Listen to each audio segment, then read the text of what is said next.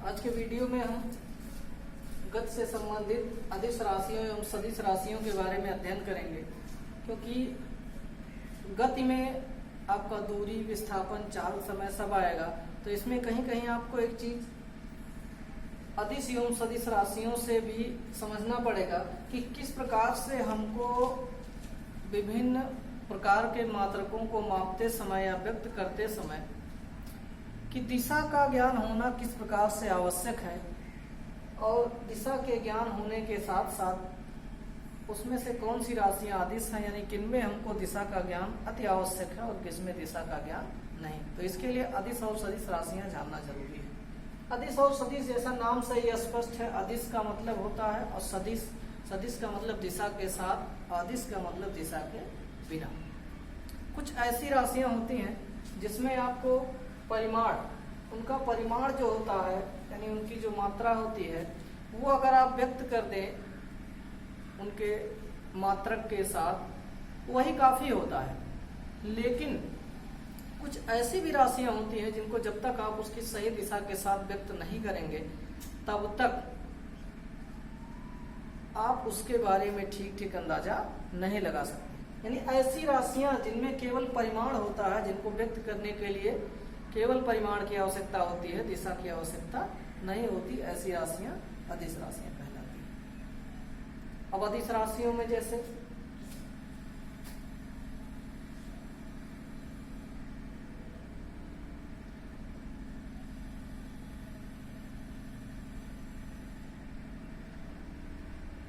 समय, ताप, चाल, ब्रह्मांड, दूरी, ये सब कैसी राशियां हैं? अदिश राशियां, है ना। ऊर्जा, दाब और भी बहुत से अदिश राशियों के अंतर्गत आते हैं। अब इसमें किसी एक के बारे में अगर हम ले लें, जैसे द्रव्यमान की बात की जाए तो द्रव्यमान किसी वस्तु का, चाहे आप ग्राम में मापिए चाहे किलोग्राम में मापिए, उससे भी छोटे बड़े मात्रक होते हैं। लेकिन किसी वस्तु का द्रव्यमान वो दिशा से ताल्लुक नहीं रखता, उसका दिशा से कोई मतलब नहीं है, उस वस्तु का द्रव्यमान हमेशा उतना ही रहेगा। ऊर्जा की बात करते हैं, यानी कि किसी वस्तु की ऊर्जा कैलोरी में आप मापते हैं, जूल में मापते हैं, तो कैलोरी या जूल में उसमें भी दिशा की जरूरत नहीं पड़ती। चाल की बात करते हैं, चाल को आप मीटर प्रति सेकंड, किलोमीटर प्रति घंटा आदि में मापते हैं, यहाँ भी आपको दूरी की जरूरत नहीं पड़ती। लेकिन बात करते हैं आप सदिश राशियों की, यानी ऐसी कौन सी राशियां हैं जिनको पूरी तरीके से व्यक्त करने के लिए परिमाण के साथ साथ दिशा की भी आवश्यकता पड़ती है, ऐसी राशियां होती हैं सदिश राशियां।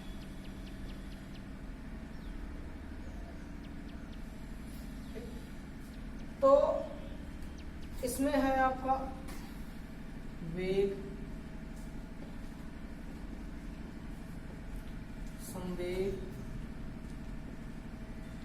त्वरण, बल, आवेग, ये सभी जो राशियां हैं वो किस प्रकार की राशियां हैं? विस्थापन,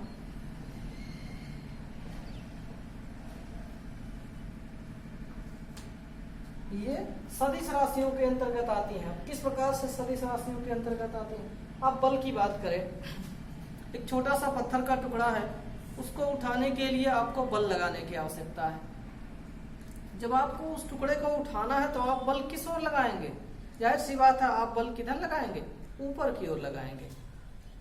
कितने न्यूटन का बल लगाएंगे? वो उस पदार्थ के परिमाण यानी द्रव्यमान पर निर्भर करता है। जितना ही द्रव्यमान उस पत्थर का अधिक होगा, उसको उठाने के लिए आपको उतना ही बल लगाना होगा। किधर लगाना होगा? ऊपर की ओर। यानी बिना दिशा के ये क्लियर नहीं हो पा रहा है कि उसके परिमाण के साथ साथ हमको दिशा की भी आवश्यकता है बल लगाने के लिए। अगर उसी पत्थर को हमको धक्का देना है किसी दिशा में, तब उतना ही बल हमको दूसरी दिशा में, यानी जिस दिशा में हमको धक्का देना है उस पत्थर को, उस दिशा में लगाएंगे। तो यहाँ पर दिशा का ज्ञान आवश्यक है। विस्थापन की बात करते हैं, विस्थापन में किसी भी वस्तु को एक स्थान से दूसरे स्थान तक विस्थापित करना है, ले जाना है, तो आपको दिशा का ज्ञान होना यहाँ आवश्यक है, किस दिशा में ले जाना है, और उसी अनुसार फिर आप बल लगाएंगे या अन्य किसी स्रोत का प्रयोग करेंगे। तो ये सब सदिश राशियों के अंतर्गत आते हैं, वेग, संवेग, त्वरण, बल, आवेग, विस्थापन आदि। अब इसके बाद फिर आगे बात करते हैं दूरी तथा विस्थापन।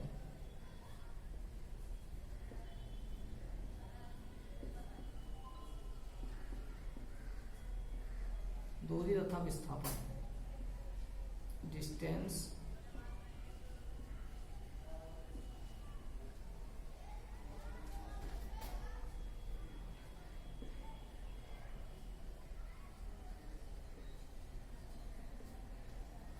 डिस्टेंस एंड डिस्प्लेसमेंट, दूरी और विस्थापन, ये क्या चीजें हैं? सबसे पहले उदाहरण की सहायता से हम आपको बताते हैं कि दूरी और विस्थापन की जो परिभाषा है,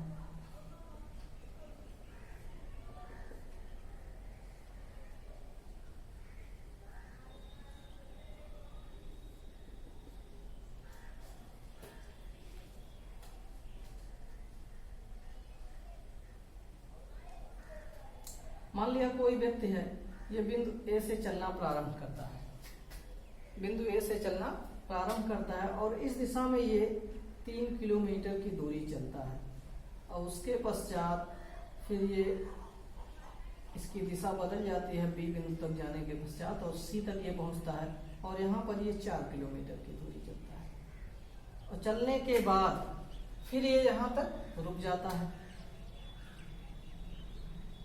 अब उस व्यक्ति ने कुल कितनी दूरी तय की, तो अगर आपसे ये पूछा जाए कितनी दूरी तय की, तो आप क्या करेंगे, ए से बी तक की दूरी और बी से सी तक की दूरी को जोड़ लेंगे, तो उसके द्वारा हमको चली गई दूरी ज्ञात हो जाएगी। यानी किसी व्यक्ति या वस्तु के द्वारा जितनी भी लंबाई तय की गई है पथ की, उसके चलने में, वो उसके द्वारा चली गई दूरी होती है। लेकिन यहाँ पर अगर हम विस्थापन की बात करें, तो विस्थापन किस दिशा में हो रहा है ये भी जानना आवश्यक है, और कितना हो रहा है ये भी आवश्यक है।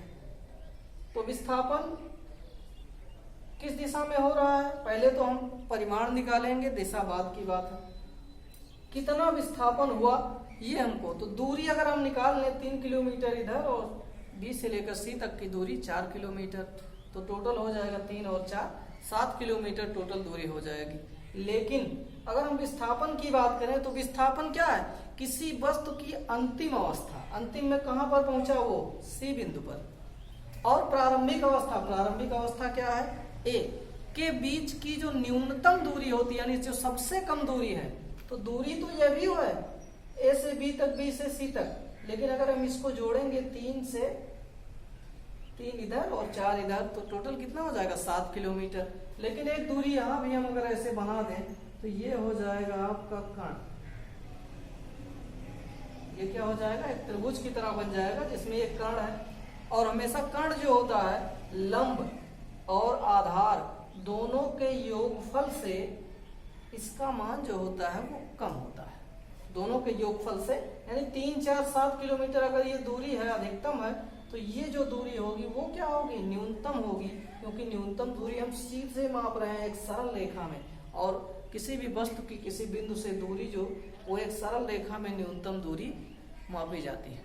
यानी कि जब तक आप सरल रेखा में नहीं दूरी मापेंगे, तब तक आपको न्यूनतम दूरी नहीं मिलेगी। तो ए से सी तक की दूरी कितनी हो जाएगी, तो इसके लिए हमको पाइथागोरस प्रमेय की सहायता से क्या करते हैं, कर्ण निकालने के लिए 3 का वर्ग और 4 का वर्ग, दोनों वर्गों को जोड़ लेते हैं, लंब और आधार, कितना हो जाएगा 3 का वर्ग और 4 का वर्ग 9 और 16, टोटल हो जाएगा 25, और इसका हम वर्गमूल ले लेते हैं, तो कितना आ जाएगा ए से सी तक की दूरी कर्ण 5 आ जाएगा, यानी 5 किलोमीटर। तो ये हो गया आपका विस्थापन। तो दूरी आया 3 और 4 7 किलोमीटर, विस्थापन कितना हो गया, ए से सी तक के बीच की न्यूनतम दूरी वो आया 5 किलोमीटर। तो ये अंतर है दूरी में और विस्थापन में, कि किसी वस्तु के द्वारा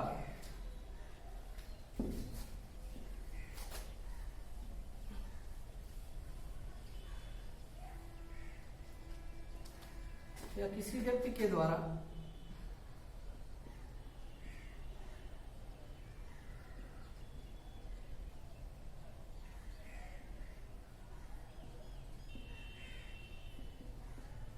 तय की गई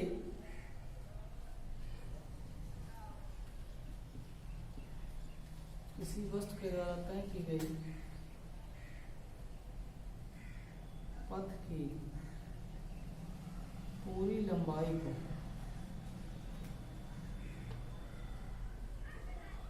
जितनी दूरी वो कवर करता है, तय करता है, उसकी पूरी लंबाई को ही उस वस्तु के द्वारा चली गई दूरी कहते हैं।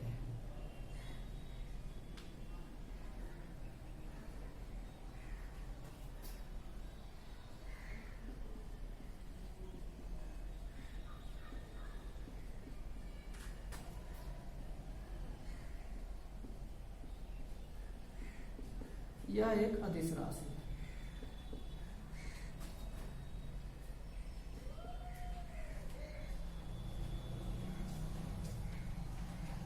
यानी स्केलर क्वांटिटी है ये।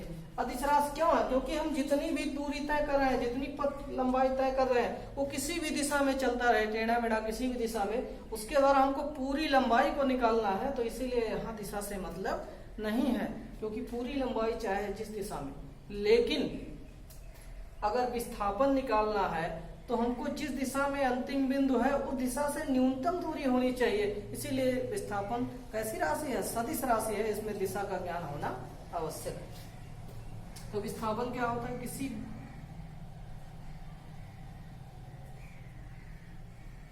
वस्तु के अंतिम तथा प्रारंभिक स्थितियों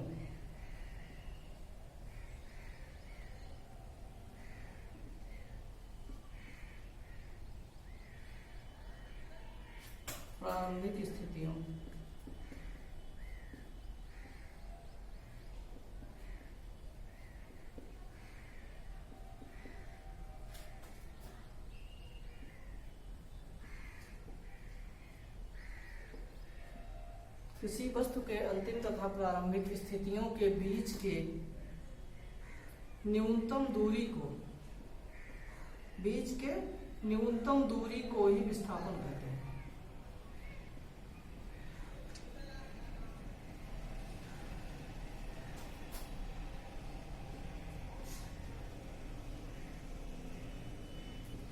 यह एक सदिश राशि है।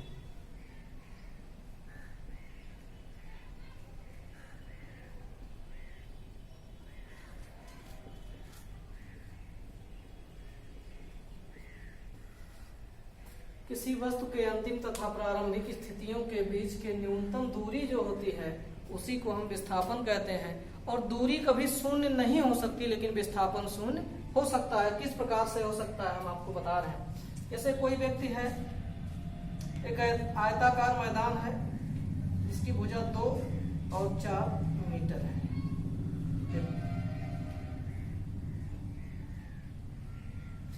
एक आयताकार मैदान है, इसकी भुजाएं कितनी है? 2 मीटर और 4 मीटर। एक व्यक्ति इस बिंदु से चलना शुरू करता है और यहां से चलने के पश्चात एक चक्कर लगाने के बाद फिर यहीं पहुंच जाता है। एक चक्कर लगाने के बाद फिर कहां पहुंच जाता है? उसी बिंदु पर पहुंच जाता है। तो उसके द्वारा चली गई दूरी कितनी होगी? तो आप क्या करेंगे? आयत का परिमाप निकाल लेंगे, क्योंकि उसने चारों भुजाओं की लंबाई एक बार माप ली है, उतनी दूरी चल ली है। तो कितना हो जाएगा? आयत का परिमाप का सूत्र होता है लंबाई और चौड़ाई को जोड़ लीजिए, उसका 2 गुना कर दीजिए।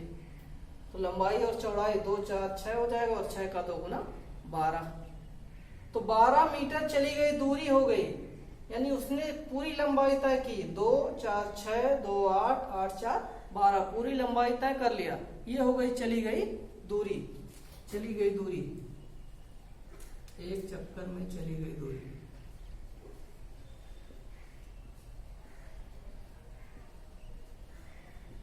बारह मीटर। कितना हो गया? 12 मीटर। अब विस्थापन की बात करते हैं। प्रारंभिक बिंदु इसे यहीं से चलना प्रारंभ किया और फिर एक चक्कर लगाने के पश्चात उसी बिंदु पर पहुंच गया, और अंतिम बिंदु भी वही है जो प्रारंभिक बिंदु था। तो दोनों बिंदुओं के बीच न्यूनतम अंतर कितना है? न्यूनतम दूरी कितनी है? चूंकि दोनों बिंदु एक ही हैं, इसीलिए दोनों के बीच की न्यूनतम दूरी क्या होगी, शून्य होगी। और न्यूनतम दूरी शून्य होगी तो विस्थापन भी क्या होगा, 0 होगा। एक चक्कर में विस्थापन